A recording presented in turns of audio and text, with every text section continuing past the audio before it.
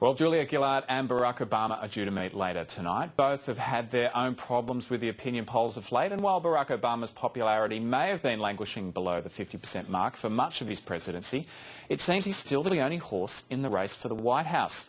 John Barron has written a piece for the Drum website today explaining that in March 2007, ahead of the last US presidential election, there were more than a dozen serious candidates, but 4 years on, there's only one confirmed, the incumbent.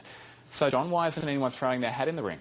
It's a great question. What a terrific job, President of the United States. You've got a big house, you've got lots of cars, Secret Service. Lots of problems? Yeah, well, there is that as well. And also, the problem for anyone challenging him is, here's a guy that, for all the faults you may perceive in his first 2 and a bit years in the White House, he knows how to win the White House. He knows how to win a presidential campaign. He knows also how to raise $750 million to do it. So while there are about a dozen Republicans at the moment who are seriously toying with the idea, Newt Gingrich just last week was expected to declare his candidacy, and then suddenly one of his accountants said, not just yet. Others are out there having written books that are all about their biography and their leadership attributes, and they're touring the first-to-vote states like Iowa and New Hampshire, go to all the bookshops. It looks like a campaign, but nobody's actually declaring, because they're going to wait a few more weeks and see, maybe I should keep my powder dry until 2016, when Obama can't run for a third term and there's no obvious successor because Joe Biden, the Vice President, isn't likely to run. Hillary Clinton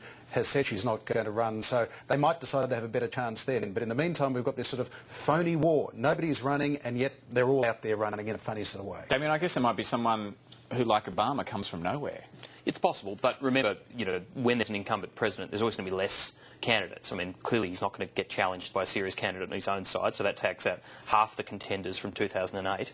I think that John's hit the nail on the head, though. The amount of money we're talking about here is astonishing.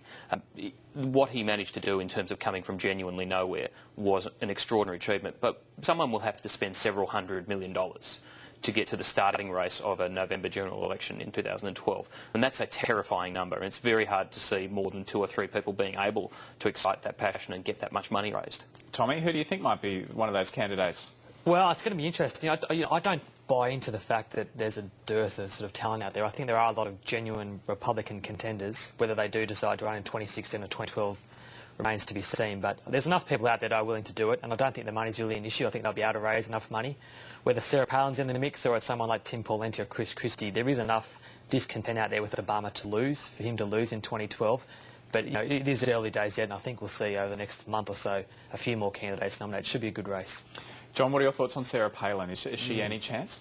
Well, she has a decision to make. Does she give up her contract with Fox or does she run for the presidency? While she's an unconfirmed candidate, she gets to keep her Fox contract. If she decides not to run, then there's a question of, will interest be sustained for another 4 years until she's possibly a contender next time as well?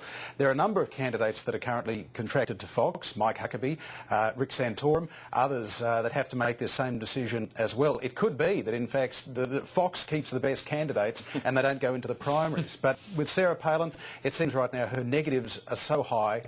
She's only coming about 3rd or 4th in the sort of hypothetical matchup, so it looks unlikely, but then you never know.